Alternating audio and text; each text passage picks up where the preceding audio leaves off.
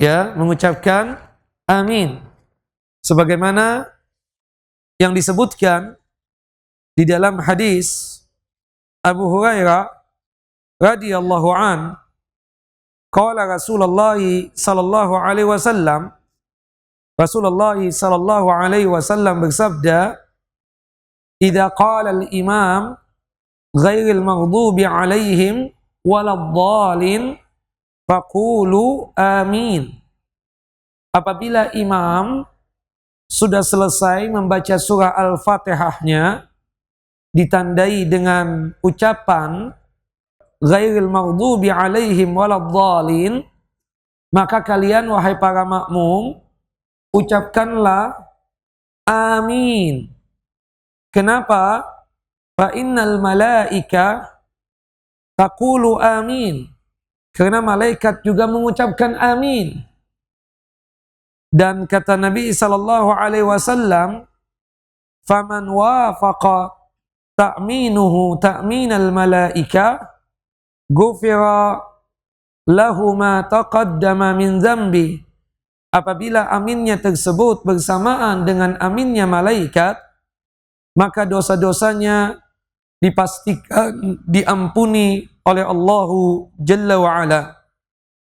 Dan itu dikuatkan lagi dalam hadis Nabi sallallahu alaihi wasallam, "Idza ammana al-imam", apabila imam mengucapkan amin, artinya imam pun juga mengucapkan amin setelah membaca surah Al-Fatihah yang dia baca di waktu salat tersebut. Fa'aminu, wahai para makmum, baik laki ataupun perempuan, termasuk wanita juga, mengucapkan amin. Karena fa in wafaqa ta'minuhu ta'minal malaika, ghufira lahu ma taqaddama min dzambi. Karena apabila aminnya tersebut bersamaan, berbarengan dengan aminnya malaikat, maka dipastikan ya dosa-dosanya diampuni oleh Allahu Jalla wa'ala. Dan itu yang menjadi kebiasaan Nabi SAW, disebutkan dalam hadis yang sahih, hadis yang dikeluarkan oleh Al-Imam Al-Bukhari dan juga oleh Al-Imam Abu Dawud. Kana sallallahu alaihi wasallam idza intaha min qiraatil Fatihah, adalah Rasulullah sallallahu alaihi wasallam apabila beliau selesai dari membaca surah Al-Fatihah di dalam salat, bukan di luar salat. Kalau di luar salat tidak kita katakan, tapi di dalam salat, ya, qala amin. Rasulullah mengucapkan amin. Yajharu wa yamuddu biha sautahu.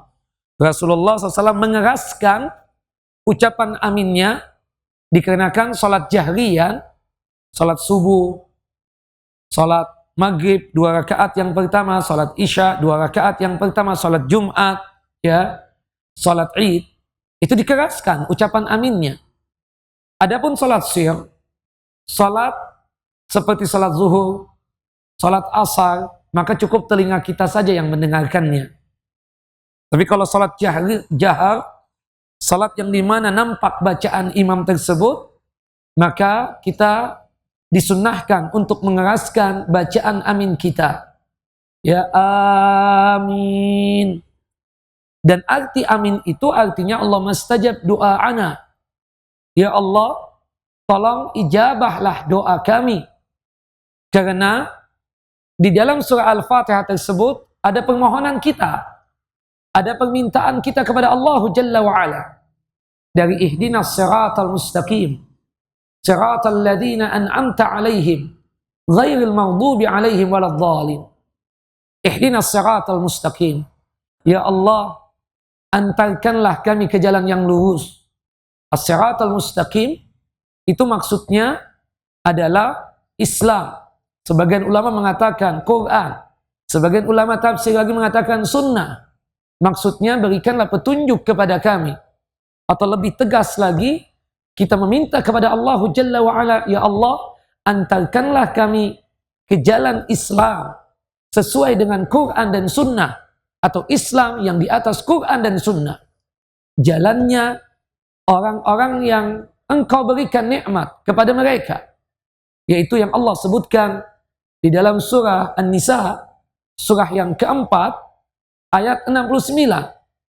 As-siratal mustaqim, yaitu Islam, sesuai dengan Quran dan sunnah Nabi SAW, yaitu jalannya para nabi, jalannya para rasul. Kemudian yang kedua, ya Allah antarkanlah kami ke jalannya as-siddiqin, orang-orang yang benar dan jujur dalam masalah keimanan. Yang ketiga, wasyuhada, jalannya orang-orang yang mati syahid, was-salihin, dan antarkanlah kami ke jalannya orang-orang yang saleh. Ghairil maghdubi alaihim, ya Allah, bukanlah jalan orang yang engkau murkai. Jangan antarkan kami ke jalan orang yang engkau murkai. Siapa mereka?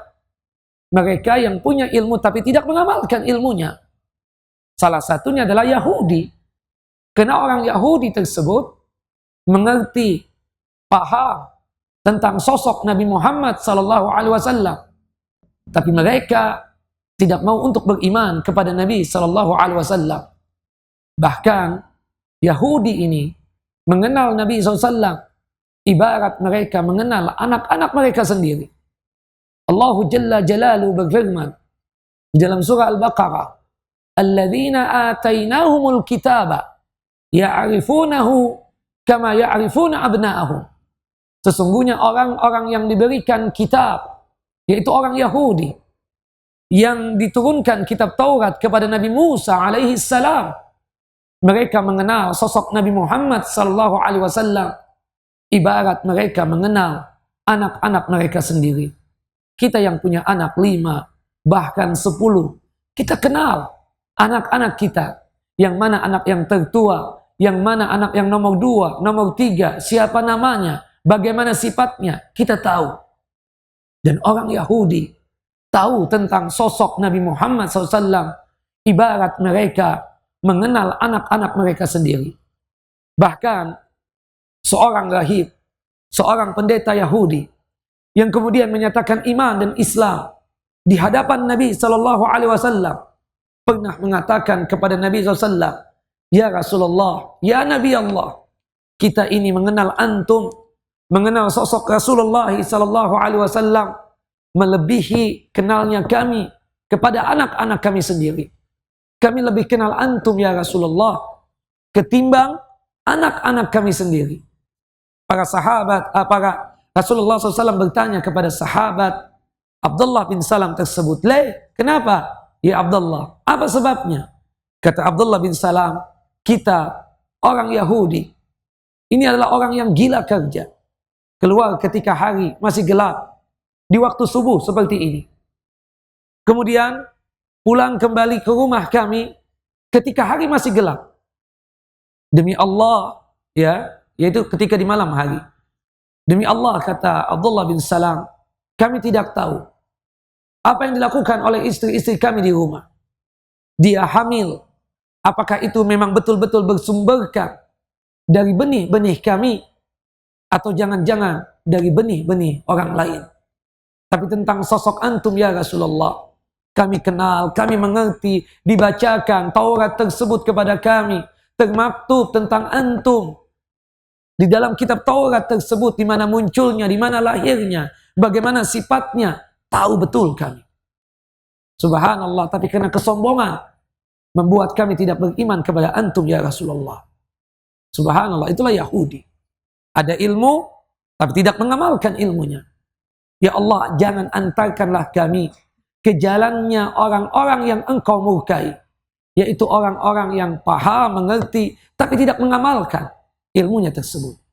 Waladhdallin, ya Allah, jangan antarkan juga kami ke jalannya orang-orang yang sesat. Kapan orang tersebut dinilai sesat? Ketika dia tersebut rajin beramal, rajin beribadah, tapi sayang tidak di atas ilmu. Kita prinsipnya dalam Islam ini, sebagaimana yang Allah Jalla wa'ala tegaskan di dalam surah Al-Isra, وَلَا تَكْفُ مَا لَيْسَ لَكَ بِهِ عِلْمٍ. Janganlah kalian ini sekali-kali berbuat, berucap, beramal kecuali di atas ilmu. Ya, kenapa? Karena semua yang ada pada diri kita ini akan dipertanggungjawabkan di hadapan Allah Jalla wa Ala.